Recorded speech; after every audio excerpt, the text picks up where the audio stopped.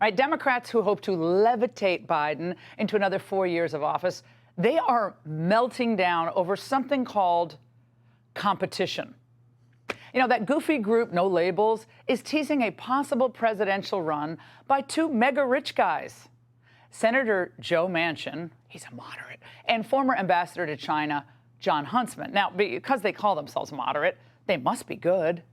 I will ask the obvious question, is this the presidential ticket? What we're here is basically to explain to you that we need options. The senator said that he's considering a presidential run. Are you considering a presidential run? No? That wasn't loud and clear for Joe, but everybody wants to know what Joe's doing. I mean, it's the horse race. Oh my God, it's so boring. Now, a confident campaign, I think, would see this no labels nonsense for what it is. It's a performative exercise designed, I think, to probably revive Manchin's sagging re-election prospects, maybe help him after he loses his Senate seat. But Biden's blustery boosters are having hot flashes of anxiety.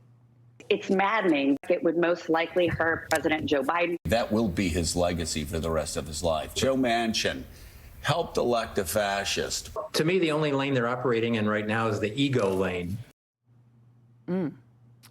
And others are worried that Cornel West might peel away a few percentage points here or there. I love this Hill piece, Suspicions Grow, about RFK. Look at suspicions. Yeah, suspicions that Biden's just flagging. And we've seen what they've done to RFK Jr., of course, who's running as a Democrat and polling at 20%. I was thinking about this tonight. I am not sure what would be uglier to watch, Musk versus Zuck in a cage match or RFK versus Biden on a debate stage. It's a toss-up.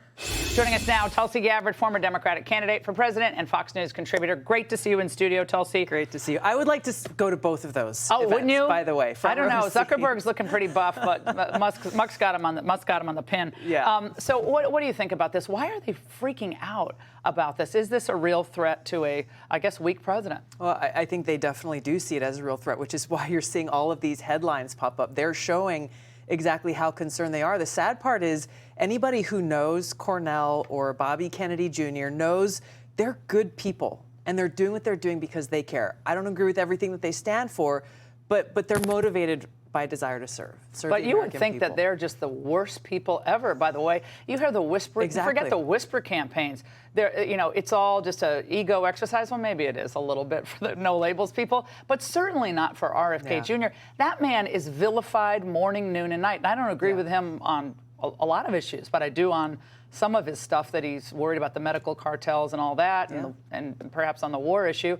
But, I mean, they're vilifying him in the same way that they vilified me back in 2020 when I ran for president, in the same way that they vilify anyone that they deem a threat. I have no doubt that they'll get started on Cornel West here shortly. They don't like his, ascots or something. That's the problem is they'll find whatever they need to. They'll make up whatever they need to smear and destroy people because they don't have a conscience. They don't care who gets hurt in the process. They have a terrible record. They have a terrible record. Exactly. They can't make that case to the American people. And the hologram presidency doesn't help either if he's a hologram candidate. Now, I want to play a moment from Cornel West to your point last night.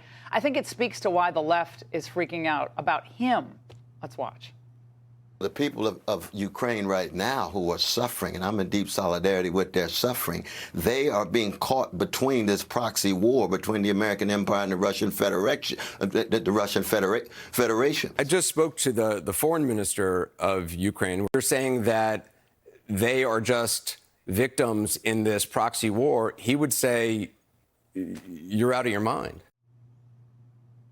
That's a really thoughtful question. Yeah, I mean, it's just offensive, again, that they won't put President Joe Biden up side by side with these other people who are challenging them. Instead, just saying, oh, you're just a spoiler, shows how arrogant and entitled President Biden and his whole administration is, including the propaganda media, who's pushing this whole narrative and doing their dirty work for them in trying to smear these people who are saying, hey, yes, I'm raising my hand because I want to serve our country. And not to speak of the fact that I think the last poll, we showed it last night, I believe 44%, a plurality of those polled most recently said that we've given too much in the way of arms and aid to Ukraine, not too little. Right.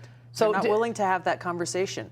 Immediately they go towards labeling people You're pro-Russian, you're a Russian sympathizer. Exactly. You can't hold two thoughts in Right. your mind at the same time. Right. That Putin is a terrible person, but perhaps this needs to come to an end. My hope is the American people can see through this. They can see through all of this nonsense and recognize that in the Declaration of Independence, our government is given their power by us, we the people. So these elections that come up, we have the ability to bring about the kind of change we need to see in this country and, frankly, in the world. And we've got to make that happen. Yeah, they don't have the consent of the governed on this. They do Tulsi, not. great to see you in Nice studio, seeing you. no less. Hey, Sean Hannity here. Hey, click here to subscribe to Fox News YouTube page and catch our hottest interviews and most compelling analysis. You will not get it anywhere else.